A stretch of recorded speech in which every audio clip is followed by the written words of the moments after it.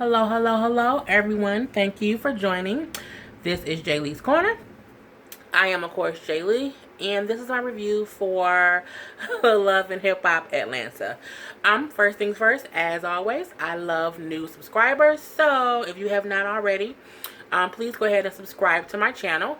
It just lets you know when I have new videos, and I love new subscribers.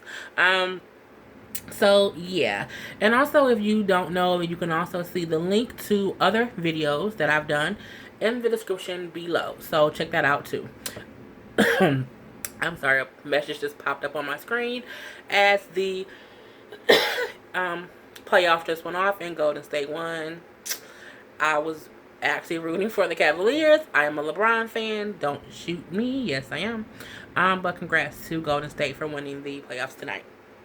But yeah, let's just get into Love and Hip Hop Atlanta.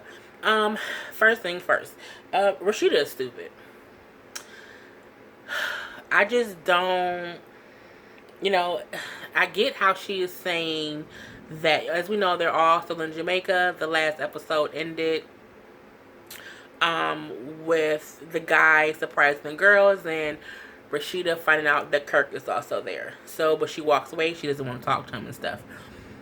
But today's episode, she was just saying, well, you can't really throw away, 17 years of marriage. Bitch, yes, the fuck you can when your husband cheats on you numerous times. As I've said before with Kirk and Rashida, no marriage is perfect. And, no person's perfect. And, sometimes if a person cheats once, it doesn't mean that the marriage has to be over. But this isn't the first time Kirk has been accused of, caught up in, or in a situation of cheating on his wife. So my thing is, no, you don't just throw away 17 years of marriage. But you do throw away low down dirty husbands. Because some men will only do what you allow them to do. Kirk keep cheating on you because you keep letting them do it, and you stay married. I mean, it's just stupid, which is the reason why some people assume they're doing it just for the show. Because in real life, my husband can't cheat on me in numerous seasons of our TV show, and I'm just gonna be like, well, we've been married 17 years, so I just can't throw that away. I could, if you keep doing it. Bill and Hillary Clinton, Bill got his dick sucked once in office, as far as we know. We don't know if he did anything else. But there was never any other allegations after that situation. So Hillary stayed, because it was one. Jay-Z and Beyonce. People are insinuating that Jay-Z might have stepped out once. They worked it out. Whatever. Rashida, Kirk keeps making you look stupid. Like, I don't know how else to say that to you. Even though I don't think, if you would ever see my video. But I just wish he would stop making you look dumb. Like, it's just... And then she kept on trying to make it seem as if... Because they had the conversation. He's like, okay, well, now I'll get the DNA test. Oh, bitch, now you'll get the DNA test. But my thing is, even if you will get the DNA test now because someone else is saying they could be the father.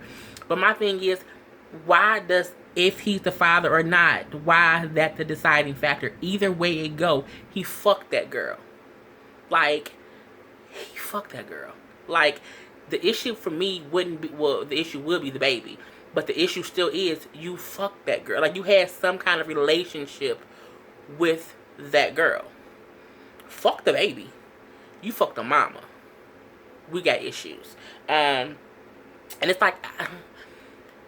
It's almost like she's ignoring the fact that he cheated and is making the issue of this baby. Like, is he the father? Is it? He cheated on you, homie? Like, bruh. I just can't. So, in that aspect, you're stupid, Rashida. Because you shouldn't let it be to where the deciding factor is, well, if you're not the father, then we can possibly work it out. But if you are the father, then I don't know if we can work it out. Either way it go, he slept with someone. Even though I know it's harder to accept a new baby. But you still fuck that girl, Kurt. So yeah, Jasmine, who was the chick he slept with, was under the impression that, once she had a baby, she wasn't gonna have to strip no more. I don't know what kind of stripper benefit packages they give people these days in Atlanta, and where they tell you that you don't have to strip if you have a baby. That's not true. You know what I'm saying? And you thought because Kirk was gonna pay all your bills, no, ma'am. That's not how it's gonna be. So Jasmine had to go back to stripping. But even when she said, since Kirk is MIA and he's not helping anymore, I even was gonna try to go to Rashida. Bitch, you gonna try to go to the man wife who you was sleeping with behind her back. You gonna try to go to her for help? If a woman ever came to me about helping with a baby from my husband and you were his mistress, bitch, I would clock you.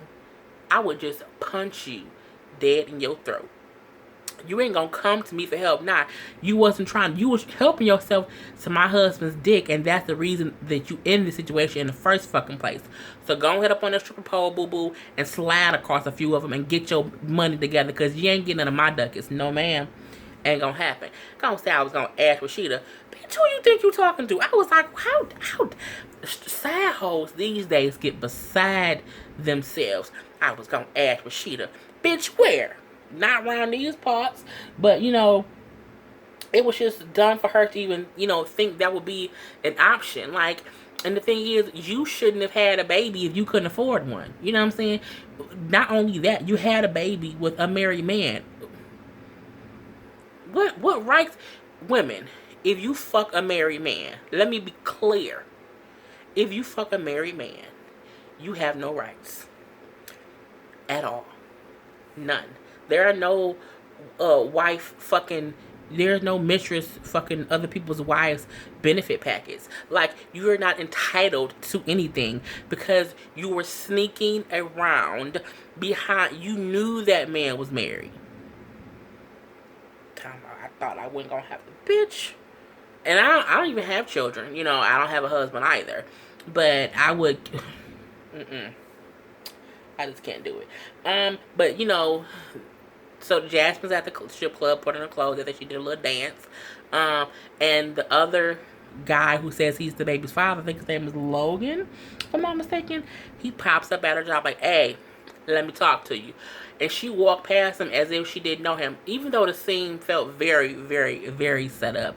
I don't know if she didn't know he was going to be there, because my thing is, in the club, you're watching me walk out. So I see the cameras, and he right there in the corner. So, I'm pretty sure production had that scene set up, but she didn't even want to talk to him. She kept walking they outside, and he like, either talk to me now or don't talk to me at all, which means I'm guessing she been calling him, and now he's trying to have this conversation. But my thing is, if he not the daddy, and you ain't the daddy, be like, okay, we'll do a DNA test, and let me clear this up real quick. I don't get how a person will be like, well, I know you ain't the daddy. If he bugging you saying he think he is, let him get a DNA test so he can be proven wrong and he can get the fuck on. It's a reason why you won't let him, or you haven't let him, or for some reason he hasn't yet had a DNA test. Who knows why? But, at first she's ignoring him, and he's like, we're going to have a conversation, and she all quiet, trying to get in the car.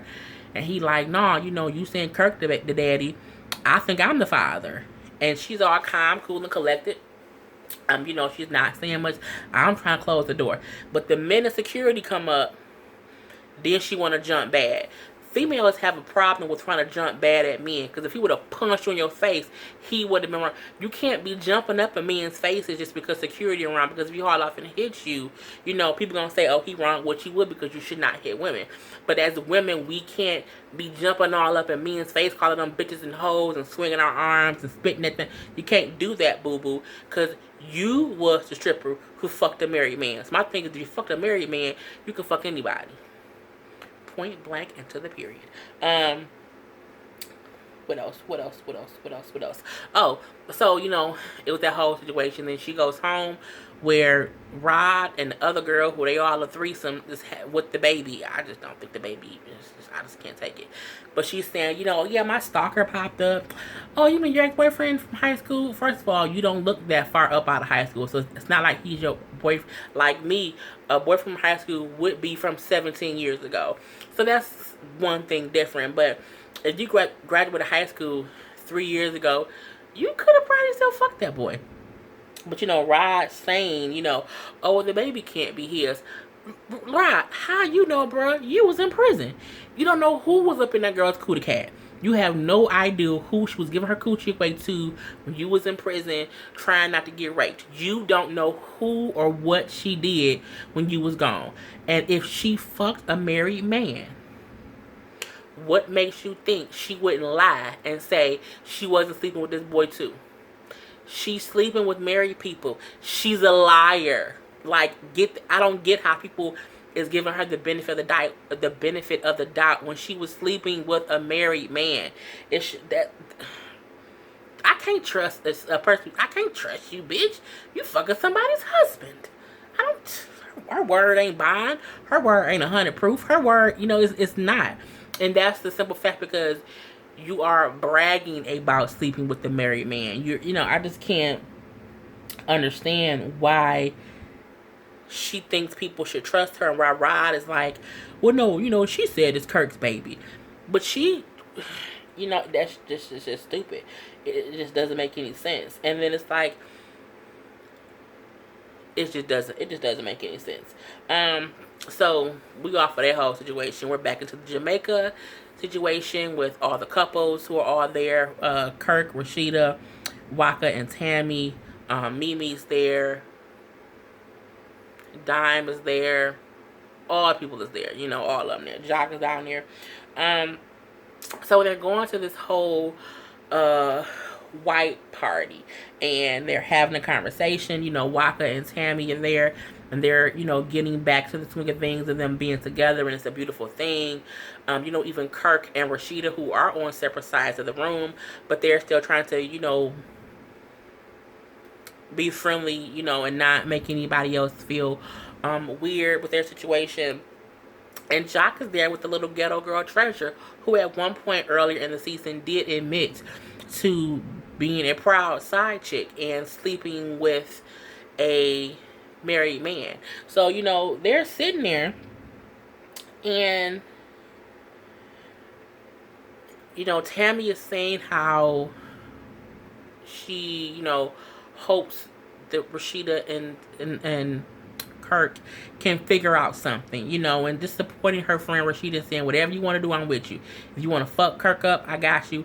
If you want to take your husband back, I'm still your friend. That's a good thing to do as a friend. It's fine, whatever. But Treasure, old ghetto sad piece, she goes and tries to speak from a sad chick point of view. She attempted to give the story of the chick Kirk was sleeping with. Now, in hood rat etiquette and sad chick etiquette, there is never a place for you at the table to talk to the wife about her husband who cheated on her, and then try to defend the sad chick he was cheating with, to say, well, Kirk was making her feel like, they was gonna be somebody. Bitch, what? The fact that Rashida did not jump over and mollywop that chick in her throat, her eye, or her lip was amazing. She did, however, say, you know what? I'm getting up. Because as she said in her little confessional, bitch, you don't even know me. So how dare you even speak on me or my husband or our marriage? And I'm completely in agreement with that. I would never be in a situation around someone and try to give someone advice on their marriage. I'm reviewing how I feel as a viewer, but I would never try to defend a side chick to the wife. That's just not gonna happen. And Treasure kept talking, and it was funny because as she's talking, Walker coughed and said, it doesn't matter. Meaning, whatever you saying, it don't matter because you not even really supposed to be here. And you see Jock looking at her like, what are you doing? Like, he's looking at her like, bitch, stop talking. You can't just stop talking. And she kept talking. And she just kept talking. And when Rashida gets up to walk away, and Tammy is like, no, you're not gonna leave, she gonna leave. And all of a sudden, Dime jump up and starts punching the girl. Or maybe not punch, she punched her in the face and she pulled her wig off. It was a bad wig too. So they're tussling. And it was just a thing of how Dime said, bitch, how dare you come and try to speak up for a side chick? You know what I'm saying? We don't even know you, bitch. It was, the girl Treasure had it coming because you speaking all out of turn. Like, all out of turn. And saying, oh, you have to understand it from her point of view. And Kirk was making her feel like she had a place. And what? You can't do that. And especially not when the wife who you're talking to is surrounded by her friends. Because if that was my friend and if I was dying and she was her, I would do the exact same thing. If I'm with my friend and the bitch start talking like, oh, well, you shouldn't, you should be mad at your husband. Your husband had the vows. We not negating that fact, but bitch, it ain't your place to tell me that. So you need to simmer the fuck down before you get punched in your throat. But she got punched in the face and then beat on a little bit. So they of course removed the girl Treasure, and Jock is saying to her, as she's walking off, you can hear Jock saying, like, you shouldn't have said that shit. Like, why would you say that? I like how Jock was shocked and like, why the fuck would you say any of that? You know what I'm saying? And the ladies, she's being led away, and the bag wig, her wig is flying off. It was a very, very bad dollar store wig. They're partying at that point, and letting it be still a party, and she's off going wherever. So when Jacques later on goes to have a conversation with Treasure, oh yeah, I'm looking at my notes. He's also saying to her, I can't think of what I was about to say. Oh, when she was just saying like, well, I don't know why they don't like me. It's your mouth. It's the things you say. It's what you say in the wrong situations. You should have never spoke on their relationship at all. You don't know her. It wasn't your place to do that. And then when she started crying, like, you want to make me feel bad? Yeah, bitch, because you was wrong. Like, you can't play victim in the situation, even though Diane put her hands on you, which, I don't condone violence either. But at the same time, you can't put yourself in a situation where you can make someone so upset that they do something. That's just dumb. You just should not do that. So, Treasure went home and no one cared because she wasn't supposed to be there anyway. What else happened? Josh Elin, as I call her. Her and Stevie just don't need to be together. And I don't like how she's trying to say, oh, well, because we have the baby, maybe this is a reason me and Stevie can get along and be together. That's stupid. There are a lot of females in life who have babies with men and think it'll save it. It's not going to save it. Y'all wasn't a good couple together before the baby was born. Y'all ain't going to be a good couple now. Y'all do not need to be together at all. Point blank, period. End of discussion.